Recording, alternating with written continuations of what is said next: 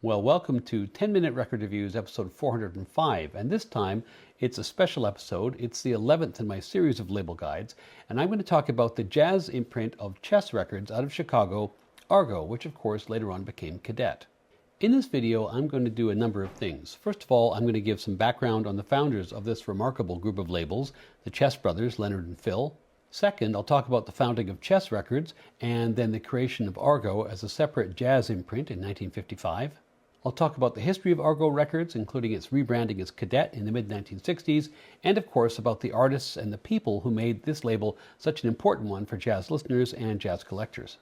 I'll talk about the Argo catalog and the various series of releases on both Argo and Cadet, as well as some detail on variations in labels. And at the end, of course, I'll offer some guidance for new collectors of Argo by way of a summary. Before I begin, I'd like to make a few acknowledgments regarding some of the sources I've been able to lean on in preparing this video. In particular, I'm grateful for the discographic information which has been compiled by the Both Sides Now website by Dave Edwards and Mike Callahan. I was also happy to come across the work of the music blogger Haim Kobe, aka the Music Aficionado, on Argo Records and also on the producer Esmond Edwards. And in my preparation, I also stumbled across a wonderful interview of Leonard Chess, which is on YouTube. I couldn't find any information about who the interviewer was. I think it's a radio interview, but I've put the link in the description below. In addition to my own experience of these records, I did look at some other sources as well, but I will say that I find that Argo Records is relatively understudied and underdiscussed, whether in terms of books or on the internet. Probably a feature of the fact that when people pay attention to Chess Records, they're typically focused on the remarkable history that label has and its impact on rock and roll and blues and R&B. Argo Records tends to be a bit of an afterthought or a sidebar in those discussions, and that's a shame because it may not have been the most revolutionary jazz label in the world, but it produced some great example of modern jazz in its classic era. Leonard and Phil Chess, or as they were named at birth, Lazar Ches and Fiesel Ches, apologies to you Polish speakers, were born in Motal in what was then Poland and what is now Belarus. Leonard was born in 1917 and Phil was born in 1921. They also had an older sister. Motal was a shtetl, a primarily Jewish town, or Jewish ghetto if you want, and as it happens, it's also the birthplace of Israel's first president, Chaim Weizmann. The Ches family were Jews who had historically lived in Poland. They'd moved to Motal to avoid the Polish-Soviet War in the early 1920s, but when that conflict wound down, Leonard and Phil's parents decided that Motal was no place to have a future. The boy's father, Yosef, went on ahead to New York sometime around 1925. He found work, possibly as a carpenter, and he sent for his family in 1926. And on New Year's Day, 1927, Sirla Chiz and her 3 children landed at Ellis Island. Although they first settled in New York, with immigrant communities being so tightly knit at this stage of American history, the Chess family soon learns that Chicago is the real hub for Polish immigrants. So they moved to Chicago in or around 1928, and Joseph begins to operate a junkyard. Eventually, they're able to afford a house in Lawndale at 1425 South Karlov, not far from the South Side. Joseph is able to earn a reasonable living, and he'd be happy to have his sons join him in the junkyard, but both his sons were upwardly mobile and culturally interested in the world around them, and they were determined to make the most of the opportunity their parents had availed them. The boys were both of an entrepreneurial bent, and as they became adolescents in the 1930s, they were also enamored of the cultural life in Chicago. Chicago was a vibrant place between the wars, not least because there were so many ambitious and talented black people moving north as part of the Great Migration away from the repressive Jim Crow South. In bars, at churches, at parties, everywhere you could hear the rich music of the Mississippi Delta, and not just replicas of Southern jazz and blues, but their Chicago variants as they evolved. The boys were smitten with all this, and they were also determined to fit in, and in time-honored American tradition, changed their foreign-sounding names to ones more recognizable to American ears. So Lazar became Leonard, and Fiesel became Philip, and the family name was altered from Ches to Chess. In the mid-1930s, after leaving school, Leonard becomes involved in the liquor business on the South Side, but he's also keen to get involved in the booming entertainment world. His brother Phil, who's a few years younger, joins him when he graduates from school, and they get involved in a few ventures, but their partnership is soon interrupted, at least temporarily, by the fact that Phil gets drafted into the Army in 1942. He's in the Army between 1942 and 1946. For his part, Leonard had polio as a kid, and so he was exempt. So he spends the war years trying various ventures in the entertainment world, largely trying to start nightclubs without encountering too much success. But eventually Leonard buys a restaurant on the South Side at the corner of 39th and Cottage Grove. It's a decent-sized restaurant which gets equipped with a bar and a dance floor, and it's christened the Macomba Lounge. And in 1946, after leaving the Army, Phil joins Leonard in running the joint. Partly because of its advantageous location, partly because of the Chess Brothers' acumen for spotting talent, it quickly becomes a real go-to spot on the South Side. They're booking plenty of jump blues bands, the precursors of what would be R&B and rock and roll, but they're also booking straightforward blues acts. The place is packed, it's integrated, there are plenty of white patrons who are digging the music as well as black customers, but the Chess Brothers noticed that despite the popularity of the club and of the musical acts they're booking, none of their musicians seemed to be able to get any kind of a record deal. Now, these musicians were, of course, typically people who had come north to Chicago from the Mississippi Delta as part of the Great Migration. And the amount of talent that was flooding into Chicago was amazing. These were tremendous musicians. They had a unique and compelling style. And soon enough, the Delta Blues, which was more acoustic, began to merge with the electrified sounds of Chicago. This music was fantastic, and in its own way, it would change the world. But at that point, none of it was being recorded. So here's an opportunity. In June 1947, Leonard Chess enters into a business relationship with Charles and Evelyn Aaron, who had founded a record company just a month or two before called Aristocrat Records. The Aarons had founded Aristocrat along with a couple of other investors, and their vision for the label was that it would record jazz and blues and what was then termed race records, which of course eventually became known as R&B. But they needed somebody with their ear to the ground, with connections, who could be an A&R man, who could be a producer, and Leonard Chess's status as an influential and, importantly, local club owner meant he fit the bill perfectly. And one of the very first artists that Aristocrat would end up recording was a guy who had come into the Chess Brothers' life a little bit before as a performer at the Macomba Lounge. He was a guy from Mississippi. He'd come to Chicago around 1940. His name was McKinley Morganfield, but of course the world knows him as Muddy Waters. Phil was now involved as well, and the Chess Brothers realized the talent that Muddy had and threw themselves into recording him. But he wasn't the only talented person on the roster. Other Aristocrat artists included the saxophone player Gene Ammons, a swing orchestra led by Sherman Hayes, a number of early R&B stars including Andy Tibbs and Jump Jackson, and a polka band called Lee Monty's Two Tones. Aristocrat releases the better part of 100 10-inch 78 RPM singles between 1947 and 1949, of which by far the best-selling were the Muddy Waters sides. They featured Muddy's singing and his slide guitar, and they often also featured the soon-to-be famous Little Walter on harmonica. It's not going too far to suggest that between 1948 and 1952, Muddy Waters and Little Walter created the template for electric blues which still survives today, and the Chess Brothers promoted Muddy aggressively, building him up to be Chicago's best-known and most successful bluesman. In late 1949, the Chess Brothers, who had a number of other irons in the fire still, like liquor and nightclubs, and thus had cash on hand, bought out the Aarons and became the sole owners of Aristocrat Records, which 6 months later they rebranded as Chess Records.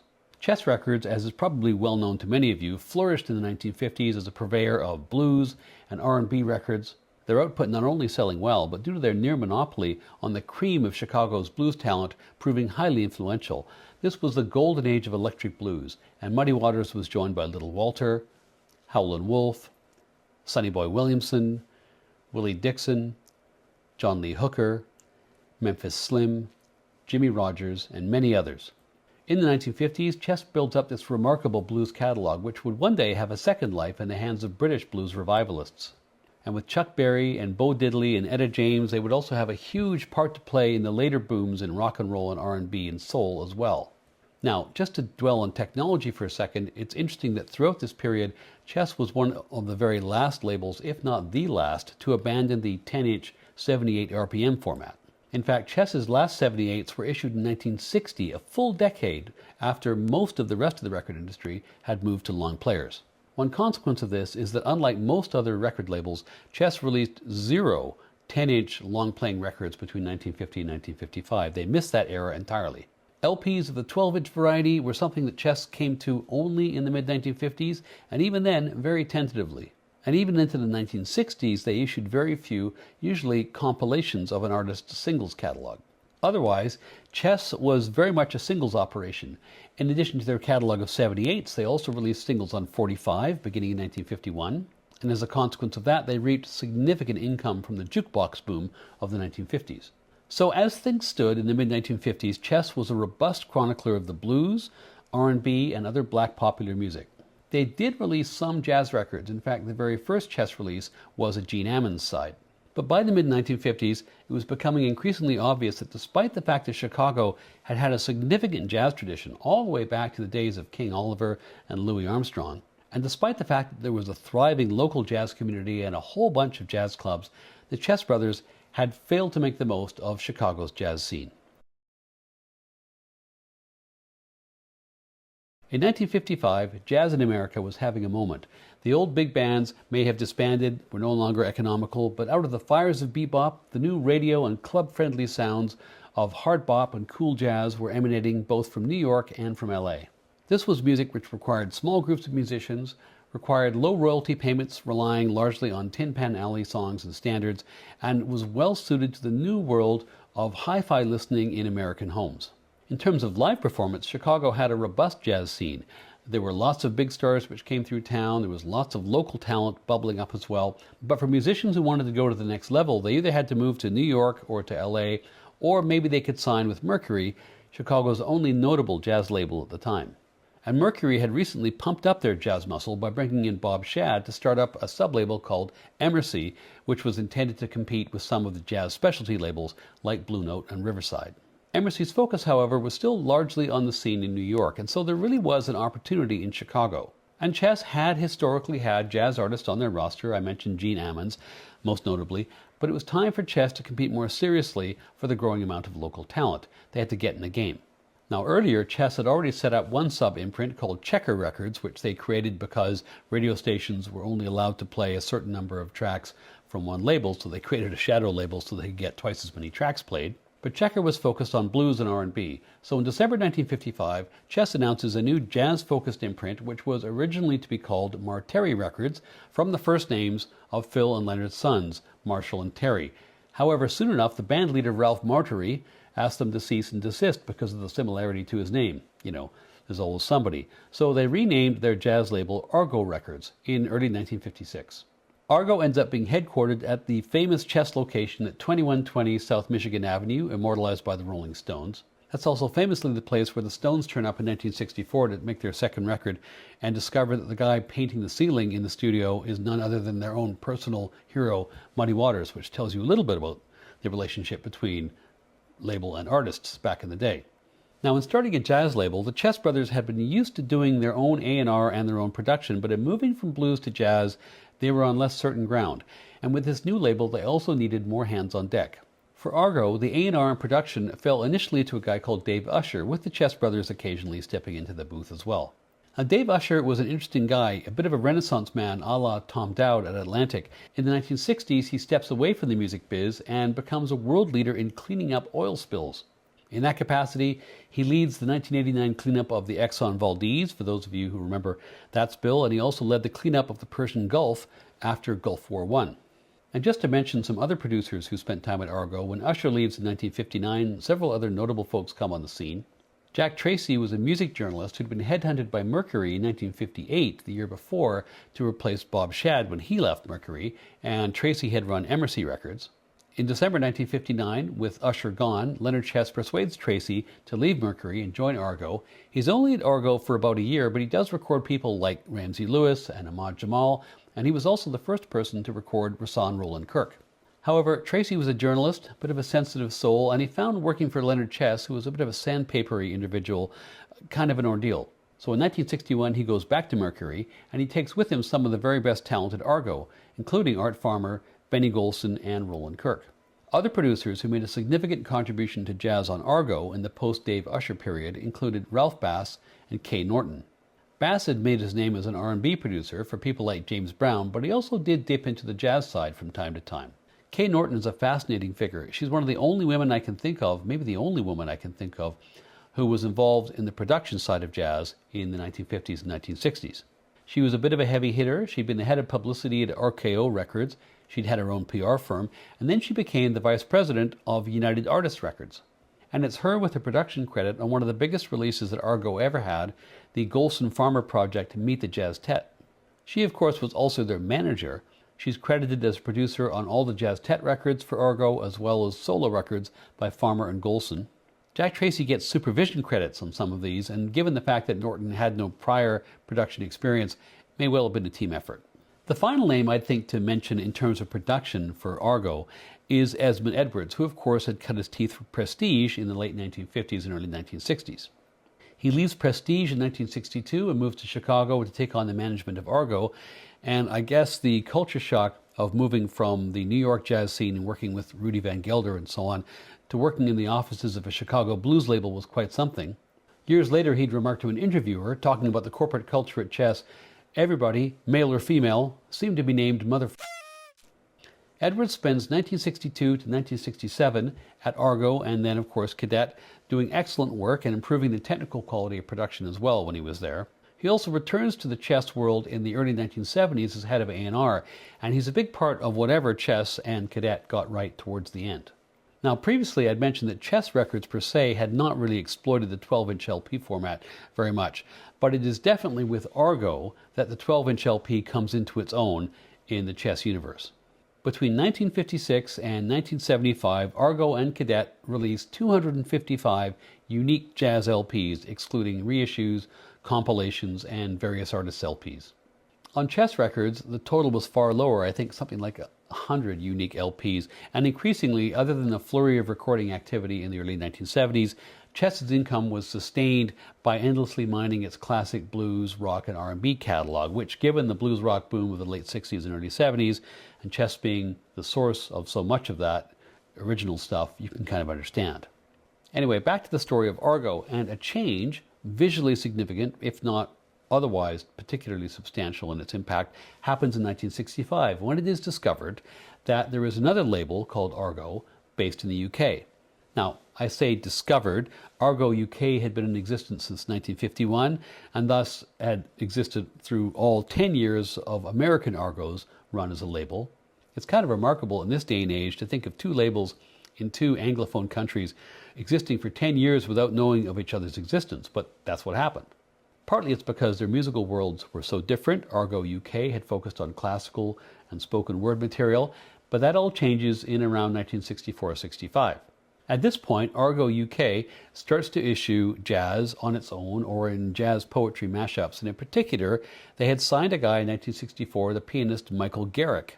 He was a talented guy. He performed in a number of groups and combos, many of which featured the saxophonist Joe Harriott. This, Argo realized, was music which would be of potential interest to American buyers, and so Argo UK strikes a deal with Decca to distribute their music in the States, at which point Decca's lawyers figure out that there's already an Argo Records in Chicago. So the Chess brothers apparently agree to change the name of their label without much fuss, which I find a little bit hard to square with Leonard Chess's reputation as a bit of a tough customer, particularly as Argo UK was not domiciled in the States and therefore presumably had kind of a shaky claim to the name. But who knows? In any event, Argo at this point in 1965 is rebranded as Cadet. And it's worth noting that there is no obvious impact on the label associated to this change other than the name and the colors. The catalog sequence, which had always been very rational and logical for Argo compared to lots of other labels, stays rational and logical. The same sequence of numbers continues. And the first couple of years of Cadet see some of the finest releases in the label's history. Between 1965 and 1967, Cadet releases include multiple records from Kenny Burrell, Lou Donaldson, Ahmad Jamal, Ramsey Lewis, James Moody, Sonny Stitt, Ray Bryant, and Gene Ammons. Not too shabby, and arguably output as strong as on any jazz specialty label in an equivalent period in the mid-1960s. What's more, these records were all highly accessible. They were selling at a time when jazz on most other labels was struggling. And as we move towards the end of the 1960s, it really is difficult to discern any real drop-off in quality on Cadet. Of course, the same dynamics that were affecting other labels, the popularization of other kinds of black music, soul, R&B, funk, and the pressure that was putting on jazz, that's happening as well. And so naturally, in addition to the artists of the caliber that I just mentioned, there were also what you might call jazz-adjacent artists that started to appear in the label, like the Dells or the Soulful Strings. But in retrospect, by 67, 68, there was good reason to feel optimistic about the future of Argo, now Cadet. Yes, jazz was under a lot of pressure from soul and R&B in the late 1960s and of course from rock and roll as well, But given the unimpeachable nature of the connection of its parent label, Chess, to Black Pop, you have to think that Cadet was better placed than most labels to make this transition into the 1970s to respond to this pressure. But despite all this, the end was nigh. Leonard Chess's health begins to fail in the later 1960s, and control of the company starts to move effectively over to his son Marshall Chess, who was vice president at that point. By 1968, Marshall was largely in control of operations at the label, and in 1969, Leonard and Phil Chess sell Chess and Argo and the whole kit and caboodle to a company called General Recorded Tape for $6.5 million, which seems like an incredible undervaluation in retrospect. The family for the moment remained in control of the label. In October 1969, Leonard dies and Marshall becomes the president of Chess Records that month. However, if you've run a company for 20 years as a family and now somebody else is the boss, it tends to lose a bit of its allure. Phil leaves to run a radio station not long after Leonard dies, and in 1970, Marshall also leaves to run Rolling Stones Records. And after that, the story feels like one that I've told a few times with respect to labels which were big in the 50s and 60s. By 1972, the only part of Chess Records which is still operating in Chicago is the recording studio. Chess also found itself in legal hot water because Muddy Waters and Willie Dixon ended up suing the label for back payment of royalties. Esmond Edwards had come back as head of A&R, and there are some highlights in the early 70s Chess and Cadet lineup. But for the most part, momentum had been lost and output began to wither. Cadet lingers on under this corporate management for a few more years, signing just a handful of new artists in the 1970s, people like Terry Callier, Dave Van Ronk, and Reuben Wilson, and of those three, only Wilson is arguably a jazz artist. After Marshall Chess left and Esmond Edwards comes in 1970, the Cadet output, it still happens, but it's largely comprised of 50s and 60s artists running out the string. There are quite a few compilations. There's the odd gem, but nothing is really sustained. Momentum was draining from the company. Chess employees in Chicago were let go. The distribution networks and the pressing plants were wound up or closed down. It was now a New York operation, and by the summer of 1975, GRT wound up what was left of the operation, and Edwards heads off to Impulse. The husk of the label, including all of the masters, was sold to a company called All Platinum Records that year. And so for all intents and purposes, Argo/Cadet winds up as a creative force in jazz by 1975. The back catalog, which is magnificent by any standard, was mined only occasionally in the years to come. And you collectors may want to cover your ears, because when the old Chess building was finally sold, there were 250,000 LPs still there, undistributed, back catalog, and they were destroyed by the buyers. Fast forward to the 1980s, and Marshall Chess gets involved again, overseeing a reissue campaign based on the original tapes. But eventually that campaign lost its way as well, with Chess and Argo/Cadet eventually joining the big fish, bigger fish cycle of endless buyouts. The rights to all this music were eventually bought by Universal Music Group, with the unhappy consequence that a lot of the masters of Argo Jazz and Cadet Jazz were destroyed in the 2008 Universal Studios fire. Exactly how many, we're not sure. There's never been a full accounting, but Michael Kuskuna, when he was pulling together an Ahmad Jamal box set, found that he could only find 60% of the material in analog tape format. The rest had to be sourced digitally. And as Jamal was one of the most extensively recorded Argo artists, that gives you some sense of the scale of the loss. In discussing the artists that were on Argo and Cadet, the first thing I want to say is that while Argo and Cadet were fundamentally jazz labels, because record labels like to torture record collectors, there was also a non-jazz stream on Argo, the Pop and Folk and Blues series. That series, which was created in 1961, was, for instance, the home of the great soul singer Etta James, one of the biggest music stars to feature on any of the Chess family of labels. Somewhat annoyingly, some jazz artists also found their way onto the Argo Pop, Blues, and Folk series. Why? It's not clear. There are 3 albums in this category, one by Dodo Marmarosa, who had been on those great dial sides with Charlie Parker in the 1940s, one by the trumpeter Howard McGee, who released a killer album called Housewarmin' on Argo, and one by Art Blakey. But other than these 3 very high-profile anomalies, all of the jazz is to be found on Argo and Cadet. Anyway, that's my preamble, and so having dispensed with all that, let's talk about the artists that were actually on Argo. Now, I mentioned that the obvious opportunity for Argo in the early days was to sign some of the untapped talent available in Chicago and more generally in the Midwest. And without a doubt, there are two piano players from Chicago who stand out as amongst the most prolific and well-known artists ever to appear on Argo and/or Cadet. The first of these is Ahmad Jamal, and the second is Ramsey Lewis. Between these two artists and their respective trios, Argo and Cadet released more than 60 unique LPs, with Lewis as a leader releasing 37 of these. In fact, such was the penchant of the Chess brothers for picking and backing a winner that just 4 artists, Ahmad Jamal, Ramsey Lewis, and the saxophonists James Moody and Sonny Stitt, account for a third of all the releases on Argo and Cadet. And what's interesting about Argo and Cadet when viewed through the lens of jazz history is not only the kinds of music which appear on the label, but also what you don't find in the label. What you do find is plenty of jazz which is closely linked to the blues tradition, and given the origin of Chess Records as a premier blues label in America, this shouldn't be too surprising. So there is soul jazz in abundance. You've got the Hammond organs of Shirley Scott, of Jack McDuff, and of Big John Patton on Lou Donaldson's records. And you've got the highly approachable and rhythmic combo work of Ray Bryant, Gene Ammons, and Ramsey Lewis. But it's not just the soul jazz which has links to the blues. You've also got the more straightforward hard bop of Sonny Stitt, the Farmer and Golson Jazztet, Kenny Burrell, and then you've got the more unique artistry of people like Ahmad Jamal, Yusuf Lateef, and Roland Kirk. However, there is a clear boundary. This may be one of the classic 1960s jazz labels, but you're not going to find much evidence of one of the signature aspects of jazz in the 1960s, free jazz, avant-garde jazz, the new thing. It's not there. The work of Lateef and of Kirk, who cut just one record each for Argo, is as out there and as experimental as the music ever got on Argo or Cadet. And to be fair, these are pretty accessible albums. The high priests and the druids of the free jazz and avant-garde movements, Dolphy, Coleman, Ayler, Shep, Coltrane, Taylor, Cherry, and their colleagues, they're nowhere to be found on Argo or Cadet. You won't find much atonality of any kind. And if I can borrow a metaphor from elsewhere in Chicago, if you've seen the TV series The Bear, in which a family disagrees over whether or not to turn a successful beef sandwich restaurant into an esoteric fine dining experience, well, Argo stuck with beef sandwiches. But that's okay, because they're delicious.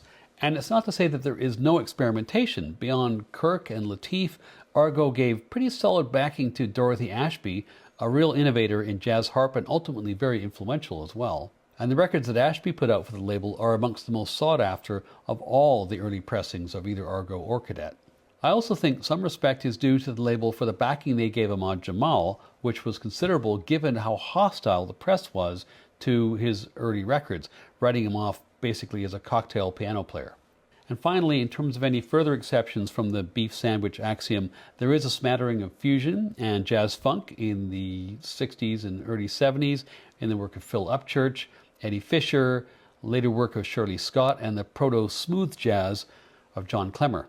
Dorothy Ashby's albums also got quite funky as the 60s wound down. So all that said, I prepared a graphic of the most frequently recorded artists on Argo and Cadet, which I'll show you here. Here's that graphic. The numbers to the right of the pictures of the artist are the number of unique LPs released by that artist on either Argo or Cadet. And again, the artists with the most releases are on the left, and it diminishes as you look over towards the right. And there are actually, I should say, a whole bunch tied with Gene Ammons on 3, but he's probably the biggest name, so I included him as the tiebreaker.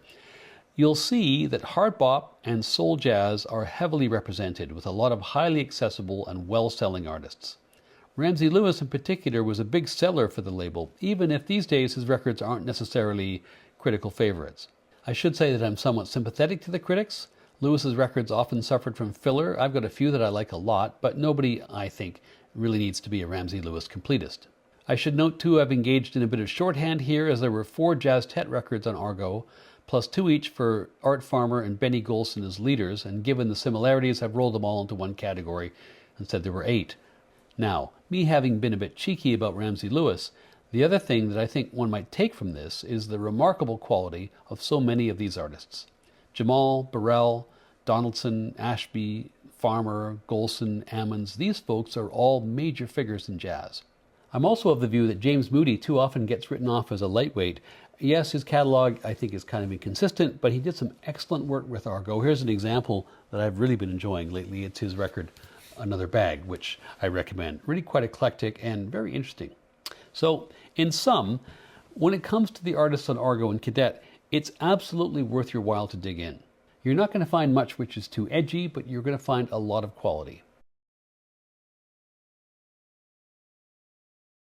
Relative to other labels, the Argo and Cadet catalog for LPs is pretty straightforward. There were no LPs put out by the company at all, Chess or any other label that was part of the Chess world, until 1956, and it's really the jazz side of the house where the long-playing record was concentrated. Now, there are a lot of reissues that happen over the years, including, quite confusingly, some Cadet reissues of Argo Records. And so for the sake of simplicity, I'm going to restrict myself to discussing the original series of catalog numbers as they applied to the records when they first came out. Argo Records and subsequently Cadet Records have a very simple numbering system. They start with 601 and they continue on sequentially until you get into the mid-800s. They're also prefixed with the letters LP for long player. So the first Argo record is LP 601, a record called Melodies by the vocalist Al Hibbler. LP 602 is Ahmad Jamal's Chamber Music of the New Jazz, and so on. Occasionally the prefix is ALP for Argo LP, for reasons I'm not too clear about, but the numbering system remains the same, and that's for the mono releases. Stereo releases, very sensibly, are prefixed with LPS. As far as I can tell, the very first Argo jazz record to be released simultaneously in mono and stereo was Argo 628, which is no less a record than Ahmad Jamal's At the Pershing, But Not For Me. That comes out in 1958 and was a record which kept both the label and the artist in the black for many, many years. That's the first stereo release. Stereo releases are a little bit intermittent from there until you get into 1959 when they start to become regular. As I mentioned, Argo continues as the imprint until 1965 when Decca's lawyers get on the phone and the switch to Cadet occurs in the later part of that year. It does get a bit confusing because when Chess was reissuing old Argo LPs, they would sometimes rebrand those LPs as Cadet issues. After a bit of digging, as far as I can tell, the very first record, which is a Cadet record that doesn't have an Argo precedent, is number 760, which is a record by Sonny Stitt and Zoot Sims called Interaction. Cadet continues the numbering system through the 700s and into the 800s, all the way through the sale to GRT that happens in 1969 until the wheels fall off with the departure of Marshall Chess. And the last Cadet release under the old Chess family regime is number 848, Eddie Fisher and the Next 100 Years. Up until release 803, that is to say between 1958 and 1968, records were released both in mono and stereo for the most part. I think the last mono release is number 803, which is Marlena Shaw's Out of Different Bags. After that, releases appear to be exclusively stereo as far as I can tell, with the first stereo-only release being the Dell's There Is. Now, a word about the Cadet Concept Series. In 1967, maybe as a kind of make-work project for Junior, who knows, Marshall Chess was given a spin-off project called Cadet Concept. It was comprised of a series of releases which really don't seem to have that much in common, including blues releases by Muddy Waters and Howlin' Wolf, some spoken word releases, and some proto-smooth jazz from John Clemmer. It also includes some psychedelic jazz and soul from an outfit called the Rotary Connection, which was a launching pad for Minnie Riperton's career. I've included some of those releases in this discussion of jazz releases, although you could make an argument that all of these are more jazz adjacent than actual jazz. Anyway, there were just a handful of them in that series. After the sale to GRT in 1969, GRT continues the Cadet Concept series on and off. Somewhat confusingly, before the sale, they were labeled as the 300 series, thus LPS 301, LPS 302, and so on. After the sale, they're named CC and then a 50,000 series number, which I don't really understand, but it's just a few of them. Anyway, this is really just a footnote. Following the sale, the new owners, GRT, continued to release records under the Cadet imprint, although they changed the numbering system. Why? Who knows? But the catalog numbers for this era begin with either CA, presumably for Cadet, or 2CA, I don't know why the 2 was added, followed by a number in the 50,000s or the 60,000s. The Cadet series continues to be completely jazz with 2 exceptions, 2 anomalies. One is by the soul vocalist Billy Stewart, and the other is a compilation of female soul singers. But otherwise, everything else on Cadet in the post-69 period is jazz. And I will say that the quality is a little bit up and down. There are some various artist compilations and some easy listening jazz, but there are also good records by James Moody, by Jack McDuff, by Lou Donaldson, by by Sonny Stitt, by Ma Jamal, by Ramsey Lewis, and by Shirley Scott. So it's certainly worth looking for those. And as I mentioned, the whole kit and caboodle wraps up by 1975. A word or two about the Argo 4000 series, which I previously mentioned. That's the folk, blues, pop series. They had started this in 1961, principally as a vehicle for Etta James, but they added some other artists to it as well. This series is easily identifiable. The label colors are different. It's kind of a turquoise label, often anyway. It's got a 4000 series number, thus LP 4000, LP 4001, so on. And that series is continued after the switch to Cadet, and you also get the prefix LPS for stereo. And again, the great majority of this, while it's great music, is not jazz. It's where you'll find Etta James and other great soul musicians, but there are a few exceptions, as I mentioned. In the Argo era, up to 1965, I'd identify release number 4012, Dodo's Back, which is by Dodo Mamarosa, and release 4020, Housewarmin', which is just a great record by Howard McGee. In the Cadet era, there's one outlier. It's a record by Art Blakey and the Jazz Messengers called Tough. And it's actually a recording which was held back for a number of years. It was made in 1957, which is really peak Jazz Messengers in terms of timing, and it's the Jackie McLean version of the band, so well worth checking out. Between Argo and Cadet, there are 4, maybe 5 principal variations in the look of the label over the 2 decades of the label's existence. The first labels have a drawing of the ship from Greek mythology, the Argo, at the top. These are quite rare and quite collectible. They're only from the first 7 or 8 records. Here are a few examples. I don't actually have one in my collection. Fairly soon, I reckon at about release 608, which is this Zoot Sims record, Argo moves to perhaps its most widely known and recognized label, which is the vertical name Argo on the left-hand side, separated from the text by a vertical stripe.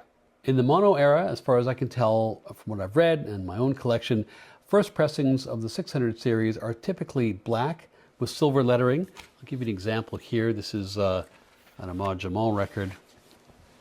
So here is what a first pressing, whoops, I'll turn it so you can see it.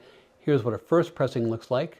You can see Deep Groove. You can see that little slogan, Audio Odyssey by Argo, at the top, and the vertical name Argo on the left-hand side.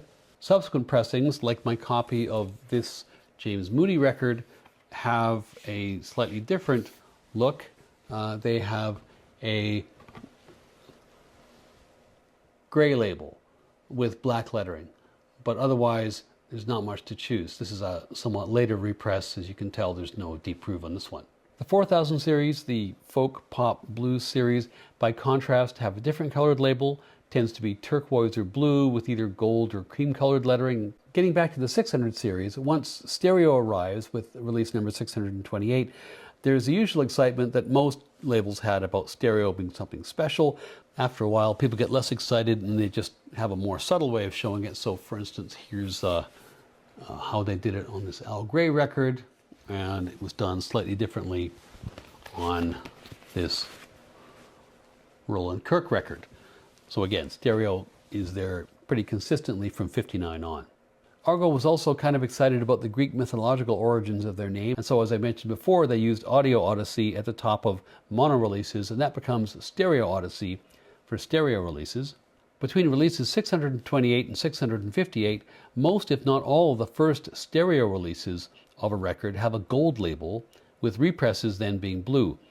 But I guess gold ink was expensive because eventually, after release 658, they switched consistently to having blue labels for stereo releases.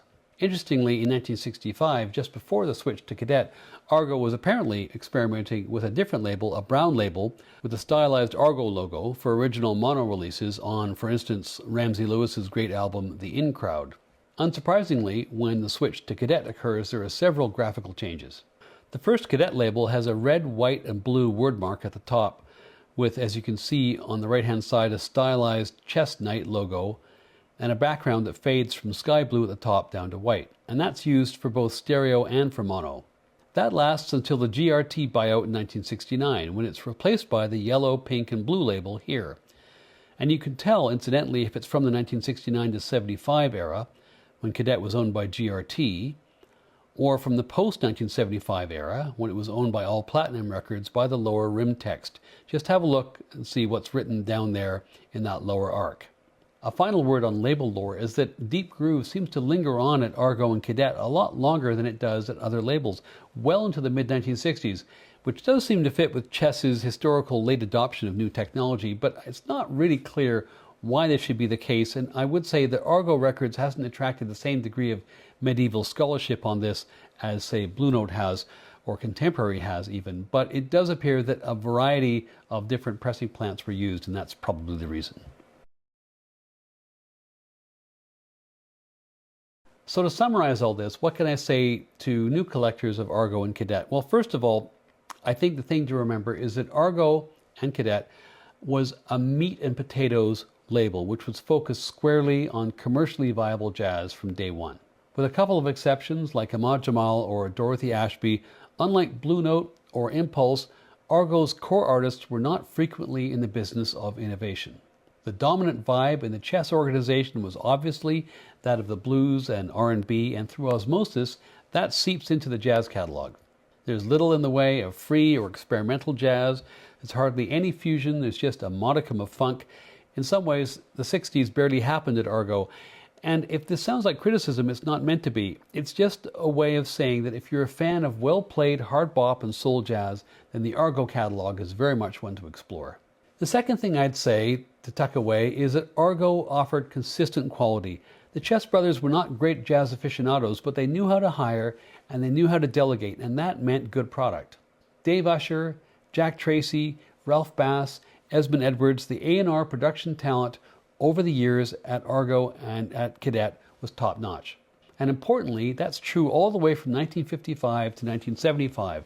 In the last 5 years of the label's run, corporate vision and investment withered away, but the music which did emerge was still often of very good quality. And what that means is, when you're looking for records from this label, I wouldn't necessarily counsel you to restrict your search to a particular era or a particular period. Almost any era of Argo or Cadet is worth exploring. The last thing I'd say, and I say this somewhat hesitantly, and I encourage others who may know more to comment, is that Cadet reissues are usually a good bet all the way through the early 1980s. The people who ran Argo and Cadet were in the habit of reissuing old material with some frequency. There was great continuity at the label between 1956 and 1970, when it was basically a family-run operation. And even after Leonard and Phil and Marshall Chess had departed the scene for various reasons, Esmond Edwards, who had priors with them back in the mid-1960s, was at the helm through 1975.